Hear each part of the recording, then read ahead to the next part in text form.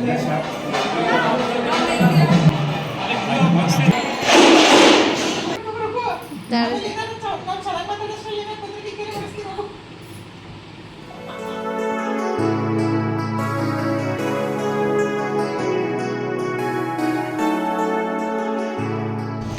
Hi ನಮಸ್ಕಾರ fam, welcome back to my YouTube channel Sheela Ramesh vlog.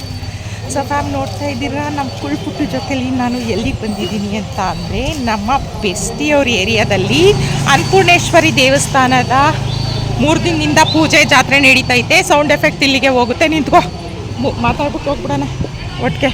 ಅಲ್ಲಿಗೆ ಹೋದರೆ ಹತ್ರಕ್ಕೆ ಮೈಕೆಲ್ಲ ಹಾಕಿದ್ದಾರೆ, ಅದ್ರ ಸೌಂಡೆಲ್ಲ ಕಾಪಿರೈಟ್ ತಗೊಳುತ್ತೆ. ಅನ್ನಪೂರ್ಣೇಶ್ವರಿದು ರಥೋತ್ಸವ ಇದೆ ಇವತ್ತು, ಪೂಜೆ ಮಾಡಿಸ್ಕೊಂಡು ಹೋಗುರಿ ಬನ್ನಿ ಅಂತ ಹೇಳಿ ಫೋನ್ ಮಾಡಿದ್ಲು, ಅದಕ್ಕೋಸ್ಕರ ಬಂದಿದ್ವಿ. ಹೆಂಗಿರುತ್ತೆ ಪೂಜೆ ಎಲ್ಲ, ಜಾತ್ರೆ ಥರ ನಡೆಯುತ್ತಂತೆ. ಅದನ್ನು ನಾನು ನಿಮ್ಮ ಜೊತೆ ಶೇರ್ ಮಾಡ್ತೀನಿ. ಅದನ್ನು ನೋಡೋದಕ್ಕೂ ಮೊದಲು ಯಾರಾದರೂ ನನ್ನ ಚಾನಲನ್ನು ಸಬ್ಸ್ಕ್ರೈಬ್ ಮಾಡ್ಕೊಂಡಿಲ್ಲ ಅಂತಂದರೆ ಪ್ಲೀಸ್ ಮೊದಲು ಹೋಗಿ ನನ್ನ ಚಾನಲನ್ನು ಸಬ್ಸ್ಕ್ರೈಬ್ ಮಾಡ್ಕೊಳ್ಳಿ. ಹಾಗೆ ವಿಡಿಯೋ ಇಷ್ಟ ಆದರೆ ಲೈಕ್ ಮಾಡಿ, ಶೇರ್ ಮಾಡಿ, ಆ್ಯಂಡ್ ಕಮೆಂಟ್ ಮೂಲಕ ಹೆಂಗೆ ಬಂತು ಅಂತ ತಿಳಿಸೋದನ್ನು ಮರಿಬೇಡಿ. ಇವಾಗ ಬ್ಯಾಕ್ ಕ್ಯಾಮ್ರಾ ಆನ್ ಮಾಡ್ತೀನಿ, ತೋರಿಸ್ತೀನಿ ಯಾವ ರೀತಿನಲ್ಲಿದೆ.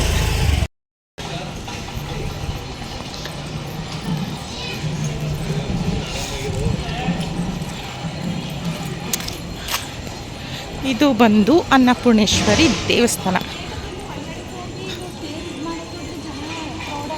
ಬಿಟ್ಬಿಟ್ಟು ಓಡ್ಬಂಡವಳೆ ಫ್ರೆಂಡ್ಸ್, ಪೂಜೆ ಮಾಡ್ಸಕ್ಕೆ ಬಂದ್ಬಿಟ್ಟು ಕ್ಲಿಪ್ಪಿಂಗ್ ತಗೊಂಡಿನಿ ಒಂದೆರಡು. ಅದು ತಾಯಿನ ರಥ ಕೂರ್ಸಕ್ಕೆ ವಿಗ್ರಹನ ಚಿಕ್ಕದು ತಗೋಬೇಕಾರಲ್ಲ, ಅದು ನೋಡಕ್ಕೆ ಬಂದು ಹೋಗಿ ದರ್ಶನ ಮಾಡ್ಕೊಬರಿಗೆ. ನೀವೆಲ್ಲಿದ್ದೀರಿ? ಬಂದಿದ್ದಾರಾ? ಹಾಗೆ ಇವಾಗ ನೀವೇನು ನೋಡ್ತಾ ಇದ್ದೀರಾ, ನಾವು ದೇವಸ್ಥಾನದೊಳಗಡೆ ಬಂದ್ವಿ. ಇಲ್ಲಿ ಬಂದು ಈ ದೇವಸ್ಥಾನದೊಳಗಡೆ 3 ಗರ್ಭಗುಡಿಗಳಿವೆ. ಒಂದು ವಿಘ್ನೇಶ್ವರ ಗಣಪತಿದು, ಅದು ಬಂದು ಮೊದಲನೇದಾಗಿ ಸಿಗುತ್ತೆ, ನೋಡಿದ್ರಲ್ಲ.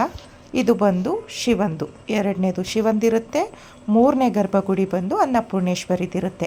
3 ಹಾಗೆ ಅದ್ರ ಎದುರುಗಡೆ ಮುಂಭಾಗ ಅಂದರೆ ಇದ್ರದ್ದು ಈ ದೇವಸ್ಥಾನದೊಳಗಡೆನೇ ಅಲ್ಲ, ಮುಂಭಾಗ ಆಂಜನೇಯ ಸ್ವಾಮಿ ಗರ್ಭಗುಡಿ ಕೂಡ ಇದೆ, ಅದನ್ನು ತೋರಿಸ್ತೀನಿ. ಇಲ್ಲಿ ಬಂದರೆ ನೋಡ್ತಿದ್ದೀರಲ್ಲ, ಹೂವಿನ ಅಲಂಕಾರದಿಂದ ಇಡೀ ದೇವಸ್ಥಾನನೇ ಮುಚ್ಚಿಬಿಟ್ಟಿದ್ರು ಅಂತ ಹೇಳ್ಬೋದು. ಸಿಕ್ಕಾಪಟ್ಟೆ ಚೆನ್ನಾಗಿ ಅಲಂಕಾರನ ಮಾಡಿದರು. ದೇವರುಗಳಂತೂ ಎದ್ದು ಬರೋ ರೀತಿನಲ್ಲಿ ಅನ್ನಿಸ್ತಾ ಇತ್ತು. ಅದರಲ್ಲೂ ಗಣಪತಿ ಶಿವನ ಗರ್ಭಗುಡಿಲಿ ದರ್ಶನ ಮಾಡ್ಕೊಂಡು ಬಂದಮೇಲೆ ಅನ್ನಪೂರ್ಣೇಶ್ವರಿ ನೋಡೋದ್ರಂತೂ ತುಂಬ ಅಂದರೆ ತುಂಬಾ ಖುಷಿ ಆಯಿತು. ಅಷ್ಟು ಚೆನ್ನಾಗಿ ಅಲಂಕಾರ ಮಾಡಿದರು. ಅದಾದಮೇಲೆ ನೋಡ್ತಿದ್ದೀರಲ್ಲ, ಆಂಜನೇಯ ಸ್ವಾಮಿ ದರ್ಶನ ಕೂಡ ಮಾಡ್ಕೊಂಡ್ವಿ. ಅದನ್ನು ಕೂಡ ತುಂಬ ಚೆನ್ನಾಗಿ ಅಲಂಕಾರ ಪೂಜೆ ಎಲ್ಲ ಆಗಿತ್ತು. ಈಗ ನಾನು ನಿಮಗೆ ದೇವಸ್ಥಾನದ ಒಳಗಡೆ ಆವರಣನ ತೋರಿಸ್ತೀನಿ ನೋಡಿ, ಎಷ್ಟು ಚೆನ್ನಾಗಿ ಅಲಂಕಾರನ ಮಾಡಿದ್ದಾರೆ ಅಂತ. ಭಕ್ತಾದಿಗಳಂತೂ ಸಾಲಾಗಿ ಬರ್ತಾಯಿದ್ರು. ನನ್ನ ಫ್ರೆಂಡ್ ಅಂತೂ, ಅದೇ ಆಶಾ ಅಂತೂ ಫಸ್ಟೇ ಬಂದಿದ್ಲು, ಅವಳು ಕೂಡ ಸ್ವಲ್ಪ ಕ್ಲಿಪ್ಪಿಂಗ್ನ ತೊಗೊಂಡಿದ್ದಾಳೆ, ಅದನ್ನು ತೋರಿಸ್ತೀನಿ. ಅದಕ್ಕೂ ಮೊದಲು ನಾವು ಬಂದಾಗಲೂ ಕೂಡ ಇಷ್ಟು ಕ್ಯೂ ಇರಲಿಲ್ಲ, ಸ್ವಲ್ಪ ಇತ್ತು. ಬಟ್ ನಾವು ಬಂದು ದರ್ಶನ ಮಾಡ್ಕೊಂಡು ಹೊರಗಡೆ ಹೋಗುವಷ್ಟರಲ್ಲಂತೂ ಸಿಕ್ಕಾಪಟ್ಟೆ ಕ್ಯೂ ಆಗೋಯ್ತು. ಎಷ್ಟಿತ್ತು ಅಂತಂದರೆ, ನಾನು ಹೊರಗಡೆ ಎಂಟ್ರೆನ್ಸಲ್ಲಿ ನಾನು ವಿಡಿಯೋ ಸ್ಟಾರ್ಟ್ ಮಾಡಿದೆ ನೋಡಿ, ಅಲ್ಲಿಂದ ಕ್ಯೂ ಸ್ಟಾರ್ಟ್ ಆಗೋಯ್ತು. ಅದು ಆ ಬಿಸಿಲು, ನೆಲ ಬೇರೆ ಸಿಕ್ಕಾಪಟ್ಟೆ ಸುಡ್ತಾಯಿತ್ತು, ಕಾಲು ಇಡೋದಕ್ಕಾಗ್ತಿರ್ಲಿಲ್ಲ ಅಂಥ ಬಿಸಿಲು. ಆ ಕಾಲು ಸುಡೋದ್ರಲ್ಲಿ ಅಲ್ಲಿಂದ ಕ್ಯೂ ಬಂತು ಅಂತ ಅಂದರೆ ನಾವು ಅಂದ್ಕೊಂಡ್ವಿ, ನಾವೇ ಸ್ವಲ್ಪ ಬೇಗ ಬಂದ್ವಿ ಬಿಡು ಒಳಗಡೆ, ಇಲ್ಲ ಅಂತಂದಿದ್ರೆ ಅಲ್ಲಿಂದ ನಿಂತ್ಕೊಂಡು ಬಂದು ದರ್ಶನ ಮಾಡುವಷ್ಟರಲ್ಲಿ ಸಾಕು ಹೋಗ್ತಿತ್ತು ಅಂತ ಹೇಳಿ, ಸರಿ ಅಂತ ಹೇಳಿ ದರ್ಶನ ಎಲ್ಲ ಮಾಡಿಕೊಂಡು ಹಾಗೆ ಸ್ವಲ್ಪ ಒಂದಿಷ್ಟು ಕ್ಲಿಪ್ಪಿಂಗ್ಸ್ನ ತೊಗೊಂಡು, ತುಂಬ ಚೆನ್ನಾಗಿ ಕಾಣಿಸ್ತೈತೆ ಅಲ್ವಾ, ಅಲಂಕಾರ ಅಂತೂ ತುಂಬ ಚೆನ್ನಾಗಿ ಬಂದಿದೆ ಅಲ್ವಾ. ಸರಿ ಅಂತೇಳಿ ಒಳಗಡೆ ದರ್ಶನ ಎಲ್ಲ ಮಾಡಿಕೊಂಡು ಇನ್ನು ಹೊರಗಡೆ ರಥನ ರೆಡಿ ಮಾಡ್ತಾಯಿದ್ರು, ರಥೋತ್ಸವ ಅಲ್ವಾ, ರಥನ ರೆಡಿ ಮಾಡ್ತಾಯಿದ್ರು. ಅದನ್ನು ಕೂಡ ನೋಡೋಣ ಅಂತ ಹೇಳಿ ಎಲ್ಲರೂ ಈಗ ಹೊರಗಡೆ ಬಂದು ಕೂತ್ಕೊಂಡ್ವಿ. ಇದೆಲ್ಲ ಏನಪ್ಪ ಅಂದರೆ ನಾನು ಬರುವಷ್ಟರಲ್ಲೇ ನಡೆದಿದ್ದು.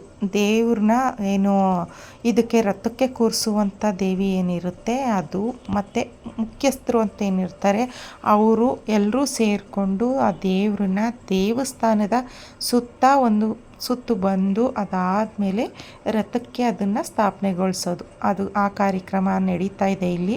ಆ ಕ್ಲಿಪ್ಪಿಂಗ್ನ ತೊಗೊಂಡಿದ್ಲು ನನ್ನ ಬೆಸ್ಟಿ ಅಂತ ಬರ್ತಾಳೆ ಅಂತ ಗೊತ್ತಲ್ವ, ಬಂದು ವ್ಲಾಗೆಲ್ಲ ಮಾಡ್ಕೋತಾಳೆ ಅಂತ ಗೊತ್ತಲ್ವ.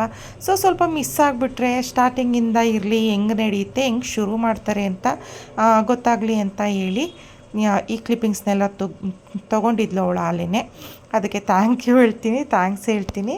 ಹಂಗೆ ನೋಡ್ತಿದ್ದೀರಲ್ಲ, ನನಗಂತೂ ಸಿಕ್ಕಾಪಟ್ಟೆ ಖುಷಿ ಆಯಿತು. ಬಂದಿದ್ದಕ್ಕೆ ಯಾವುದೇ ಥರದ ಒಂದು ಏನಿಲ್ಲ ಅಂತ ಅನ್ನಿಸ್ದೇ ಇರೋ ರೀತಿಯಲ್ಲಿ ಪೂಜೆ ಆಗಿರ್ಬೋದು, ಒಂದು ಅಲಂಕಾರ ಆಗಿರ್ಬೋದು, ಸೊ ಬ್ಲೆಸ್ಸಿಂಗ್ ಅಂತಲೇ ಅನ್ನಿಸ್ತು. ಅಮ್ಮನ ನೋಡಿದ್ಮೇಲಂತೂ ಸಿಕ್ಕಾಪಟ್ಟೆ ಖುಷಿ ಆಯಿತು. ತುಂಬ ಚೆನ್ನಾಗಿ ಪೂಜೆ ಕಾರ್ಯಕ್ರಮಗಳು ವಿಧಿವಿಧಾನಗಳು ಎಲ್ಲವೂ ಕೂಡ ಸಾಂಗವಾಗಿ ನೆರವೇರಿದ್ವು ಅಂತಲೇ ಹೇಳ್ಬೋದು. ನೋಡಿ ಇಲ್ಲಿ ಏನು ಕಾಣಿಸ್ತಿದೆಯಲ್ಲ, ಇದೇನೆ ರಥನ ನಿಲ್ಲಿಸಿರುವಂಥ ಜಾಗ. ಇವಾಗ ದೇವಸ್ಥಾನದಿಂದ ಒಂದು ರೌಂಡು ಪ್ರದಕ್ಷಿಣೆ ಬಂದು ದೇವಿನ ರಥದ ಮೇಲೆ ಸ್ಥಾಪನೆಗೊಳಿಸ್ಬೇಕು. ಹಾಗೆ ನೀವು ಇವಾಗ ಏನು ನೋಡ್ತಾ ಇದ್ದೀರಾ, ಸಿಕ್ಕಾಪಟ್ಟೆ ಕ್ರೌಡ್ ಆಯ್ತಿತ್ತು. ಬರ್ತಾ ಬರ್ತಾ ಬರ್ತಾ ಆ ಗಂಟೆಗಳೆಲ್ಲ ನಿಮಿಷ ಕಳ್ದಂಗೆ ಕೂಡ ಎಷ್ಟು ರಶ್ ಆಗ್ತಿತ್ತು, ಎಷ್ಟು ಭಕ್ತಾದಿಗಳು ಜನಗಳು ಸೇರ್ತಾಯಿದ್ರು ಅಂತ ಅಂದರೆ ಅದು ಕಾಲಿಡೋಕ್ಕೂ ಜಾಗ, ಲಾಸ್ಟಿಗಂತೂ ಕಾಲಿಡೋಕ್ಕೂ ಜಾಗ ಆಗಲಿಲ್ಲ, ಅಷ್ಟು ರಶ್ ಆಗಿಬಿಡ್ತು ಅಂತಲೇ ಹೇಳ್ಬೋದು. ಇವಾಗ ಇನ್ನೇನಿಲ್ಲ, ಇನ್ನೊಂದು ಮೂರ್ತಿನ ತಂದು ರಥಕ್ಕೆ ಕೂರಿಸ್ಕೊಂಡು ರಥನ ಹೊರಡೋದಷ್ಟೇ. 12:30ಗೇನೋ ರಥ ಉದ್ಘಾಟನೆ ಶುರು ಮಾಡಬೇಕು ಅಂತ ಹೇಳಿದ್ರು.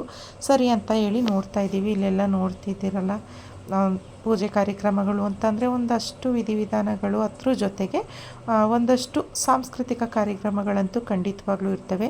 ಈ ದೇವಸ್ಥಾನದಲ್ಲಿ ಸಂಜೆನೂ ಕೂಡ ತುಂಬ ಒಂದಷ್ಟು ಸಾಂಸ್ಕೃತಿಕ ಕಾರ್ಯಕ್ರಮಗಳೆಲ್ಲ ನಡೀತಾವಂತೆ. ಅಲ್ಲಿ ಸಂಜೆ ತನಕ ಎಲ್ಲ ಇರೋಕ್ಕಾಗಲ್ಲ. ನಾವಿವಾಗ ಇಲ್ಲಿ ಪೂಜೆ ಎಲ್ಲ ಮುಗಿಸ್ಕೊಂಡು ಹೊರಡಬೇಕು ಅಷ್ಟೇ.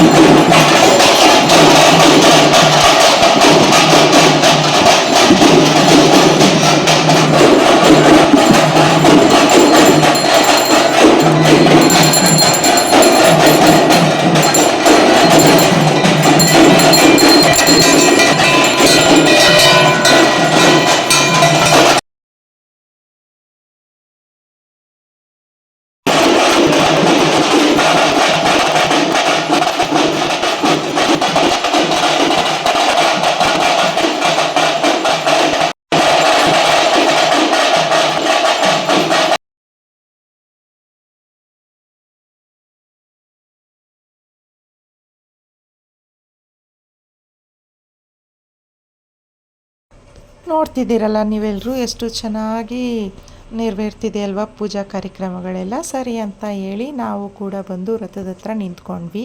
ಒಂದು 5 ನಿಮಿಷ ಅದೇ ರಥನ ಮುಟ್ಟಿದ್ರೆ ತುಂಬ ಒಳ್ಳೆಯದು ಅಂತ ಹೇಳ್ತಾರಲ್ವ, ಹಂಗಾಗಿ ನಾವು ಕೂಡ ರಥನ ಮುಟ್ಟಿ ನಮಸ್ಕಾರ ಮಾಡ್ಕೊಳ್ಳೋಣ ಅಂತ ಹೇಳಿ ಬಂದು ನಿಂತ್ಕೊಂಡ್ವಿ.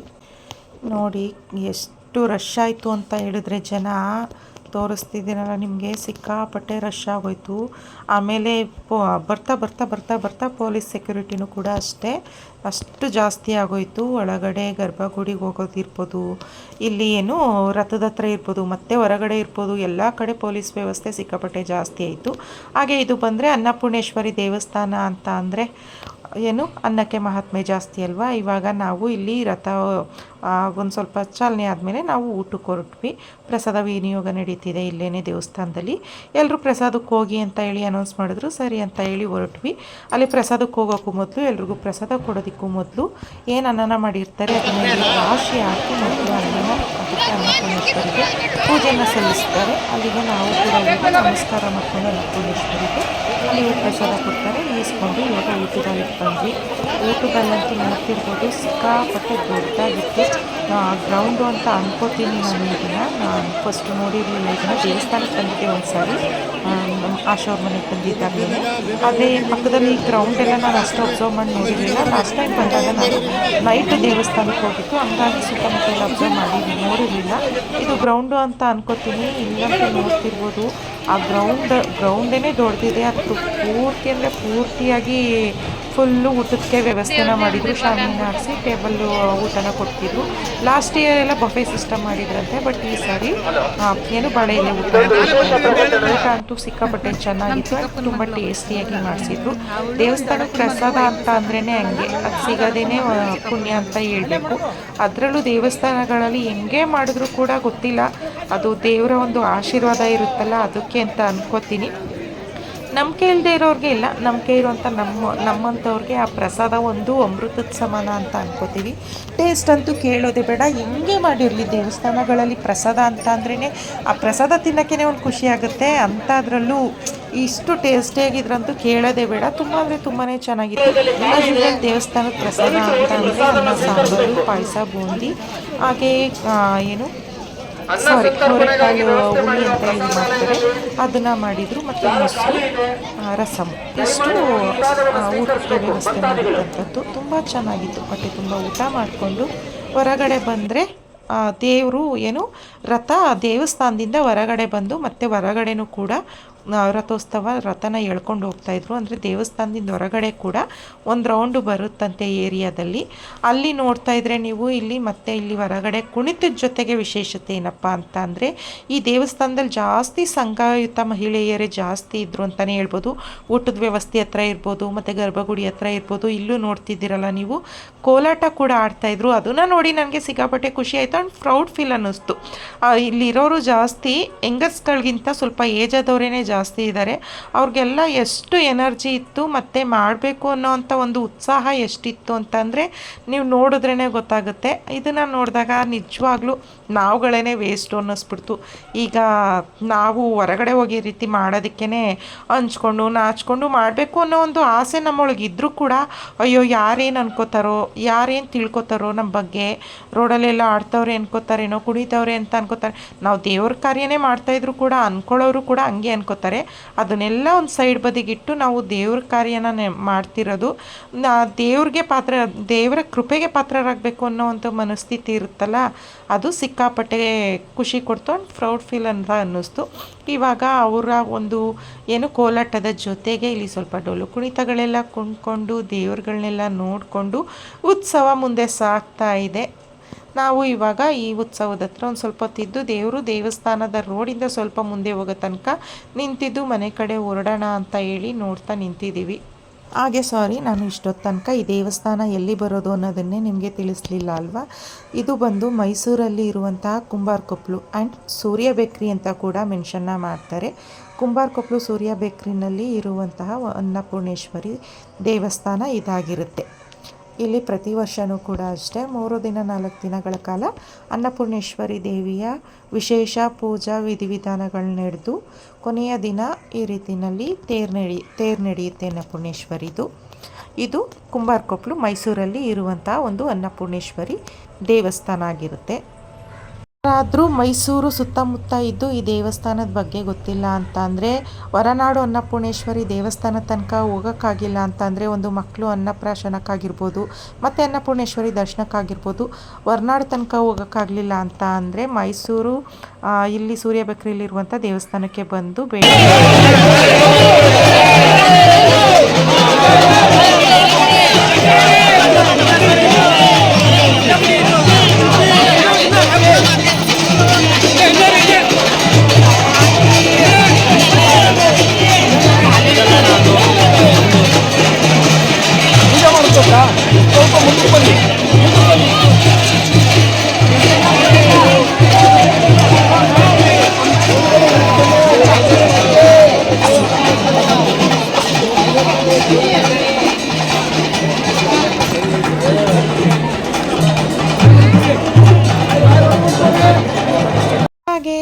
ಮುಂದೆ ಹೋದ್ಮೇಲೆ ನಾವು ಇಲ್ಲಿ ದೇವಸ್ಥಾನದ ಮುಂಭಾಗಿಲಿಗೆ ಬಂದು ಒಂದು ಸೆಲ್ಫಿನ ತೊಗೊಂಡ್ವಿ.